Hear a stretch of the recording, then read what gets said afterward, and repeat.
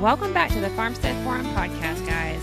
We're here today after our successful Farmstead Forum conference. We're going to be discussing a recap of that, as well as updates on the Faulkner Farm Homestead. Come and sit down, grab your cup of coffee, and listen in. Welcome back to the Farmstead Forum podcast, y'all, your southern hub for all things homesteading. Today, I'm going to talk a little bit about the Farmstead Forum, how the conference went this year, as well as talking about what's going on our homestead this time of year and just what I've been doing during the early holiday season here in December. So I will start with talking about the Farmstead Forum.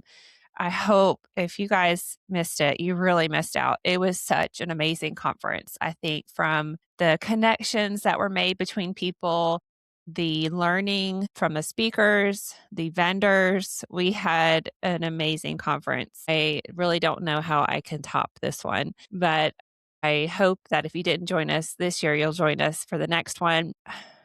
Just trying to think of some of my favorite takeaways from the conference. You know, I just really, this year, I tried to be present and enjoy just minute by minute, just, take what God gave me.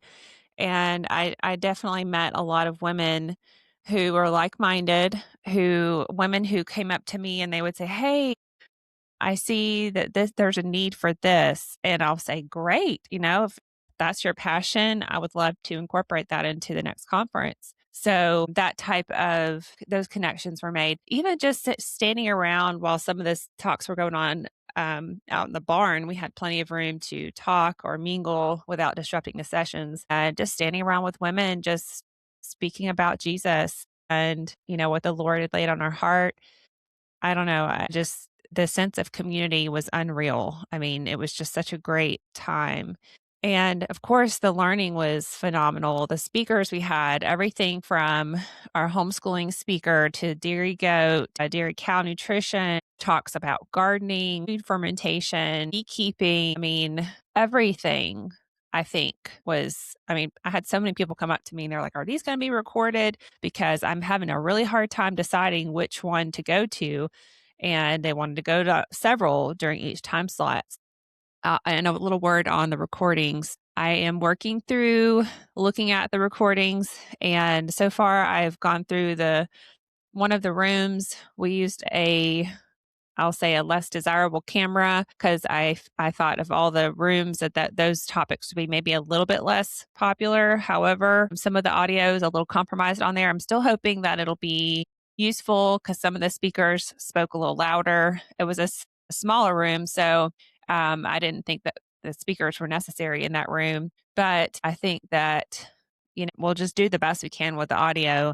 And I hope that you guys will listen to the recordings this year, even because the other two rooms had an iPad and then a tablet. So those recordings should be much higher quality. But prior to the problem, last year, I realized very quickly that people just don't listen to the recordings. And, I listened to them because I didn't get to really listen in on the sessions and I wanted to see how the speakers did and enjoy it myself. So, but it's a great way to go back, re-listen to a lecture you really enjoyed or make different notes. Sometimes, you may have missed something the first time or you didn't get a chance to write it down. And then I'll also ask the speakers for a copy of their slide presentation so that can accompany the recordings. So all that being said, phenomenal conference. I'm so glad it went as well as it did. And I praise the Lord, give him all the glory because I was, very stressed, as of course some of you may have seen, but it was a great 3 days. We had several people come for our workshops too. I didn't mention that. And I think that was a great way to connect with local people as well. So all around, great time. Sorry if you missed it, but catch the next one. We are taking next year off as far as a fall conference. Stay tuned for announcements. I'm just taking this time for my family, taking a little time to kind of de-stress, prioritizing where I put my time. So it was a hard decision for me, but I'm not saying there's not going to be another one. I'm just saying not next year. So stay tuned for an update on that. Also, what I've been doing on our homestead recently, we had a litter of kits born this week, and I had two moms, two does that were bred, and apparently one of them is not pregnant because she still hasn't delivered, and she doesn't really look fat. When they get real close to term, you can tell right around 30 days, their belly should be dragging the ground. They should be pretty, obviously pregnant, overweight. So I don't think she is. The other one is, I call her Night Fury. She has a wicked attitude. Actually, the boys named her Night Fury because, she will charge you. A lot of people think, oh, the cute little rabbits, how could you eat them? No, they will scratch your eyes out if they get close enough, especially around the time that they're having litters or have babies in their nesting box. They will scratch you and draw blood. So they're not as cute and cuddly as you think. And you also don't want to leave them together in the same cage. They're very territorial. I know some people do a colony style rabbits. I don't see how that could work. And also, you can't control the breeding that way. And the manure, using the manure for your garden would be harder to collect that if you don't have like one spot that they're pooping. So I don't see how that style works, but I have put bucks in together, like before we were going to harvest or while I was cleaning the cages, because you run out of space really fast with rabbits. And I put the bucks in there just for a little while together, and they started tearing chunks out of each other. They were biting and, scratching and bouncing off the cage ceiling. And you would not even know they were rabbits. You could swear they were two little dogs and they're fighting. So not so cute and cuddly as you would think. But so all that to say, Night Fury's name got her name because she is a feisty little thing. So we had some kits. We also harvested 4 rabbits that we had left over already grown out. They're actually my first batch of purebred New Zealand's, I believe, or the second. So they were all ringing in right around 5 pounds, which was great.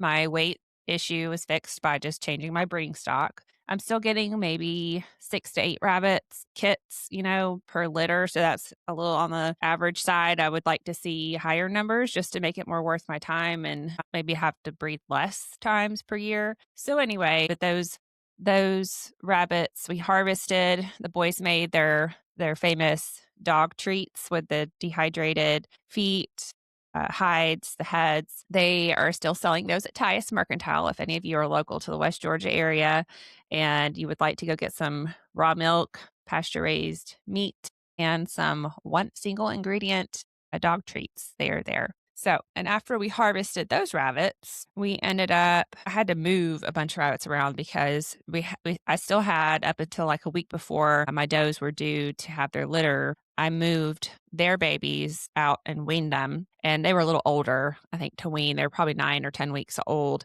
And so after you move them and wean them, you want to sex them and make sure you separate them because they can become fertile as early as 3 to 4 months. And I've only made a mistake one time. I left siblings together too long and they ended up having a little kit that died. I didn't even know she was pregnant. But anyway, so I got them separated.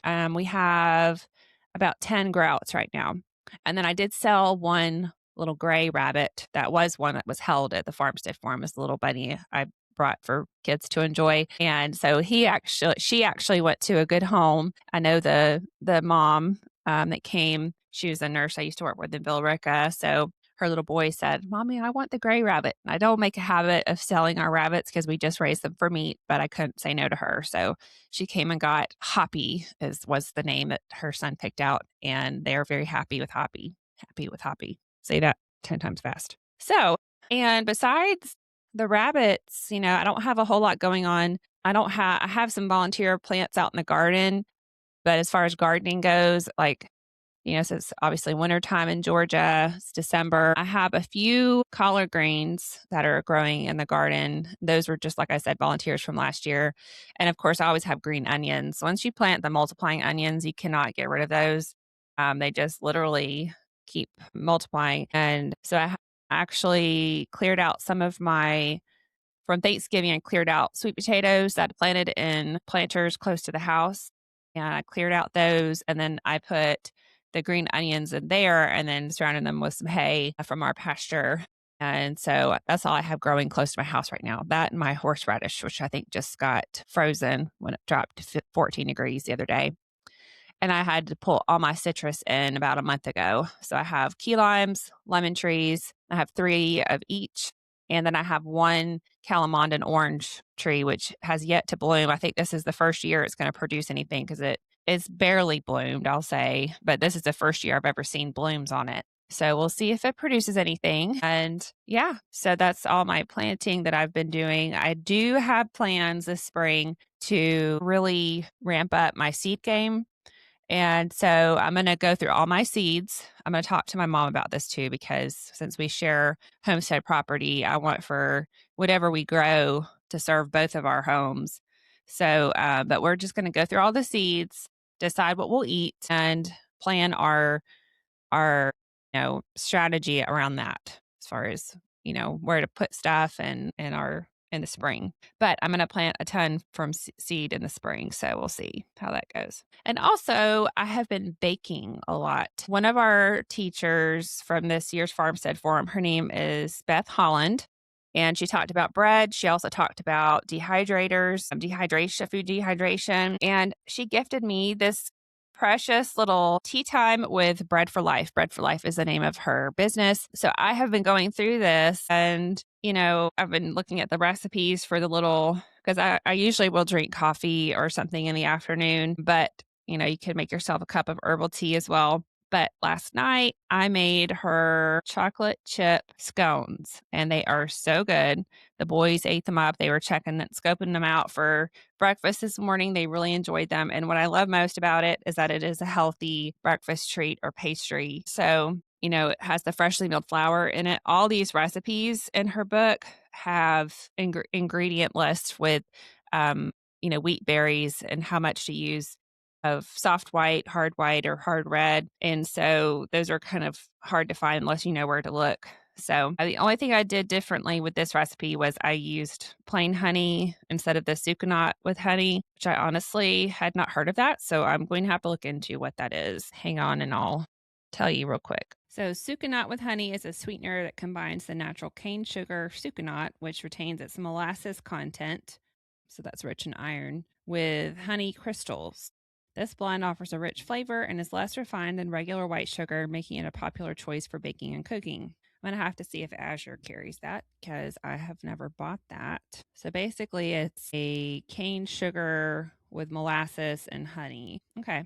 Well, this recipe I subbed regular honey and it did come out more liquidy, so I had to add more flour, but I'm going to attach the recipe in the comments if you guys are interested, and go and check out Bread for Life links on my website for our vendors because Beth had a table at our conference. So if you go under vendors lists, under our menu vendors and then vendor list, you can check out all of our vendors from this year, the links for their websites, social media pages, a way to contact them, etc. So, and then of course, as far as bread making, I make our sandwich bread every week. I've kind of got out of the habit of making butter, mainly because I've only been buying 3 gallons of milk a week. So that's about how much we drink in raw milk.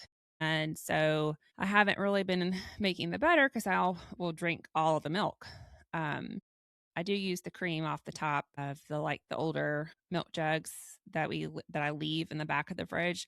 I use that cream for my coffee and stuff. So, but I've been making in my bread machine, I've been making a lot of buttermilk bread. That's my favorite recipe right now. I don't think the recipe would really benefit y'all unless you had a bread machine.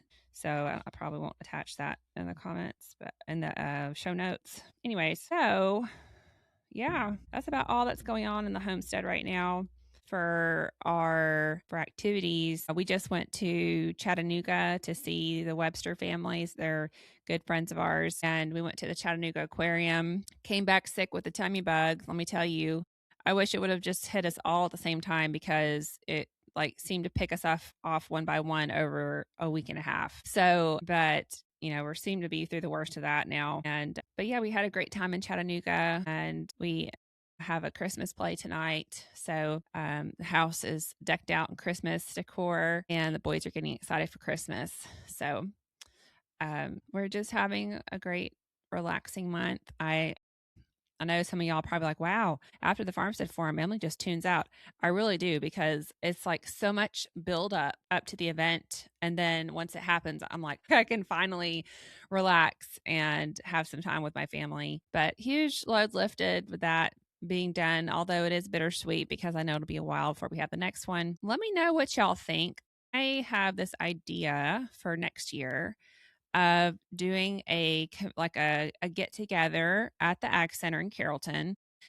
Maybe have a keynote speaker and everyone bring a potluck dish, and that would be like our get together. And so I think that would be very low stress level for me. It would still be a way for us to get together, network with people, learn something without any overwhelm. So let me know what y'all think about that idea.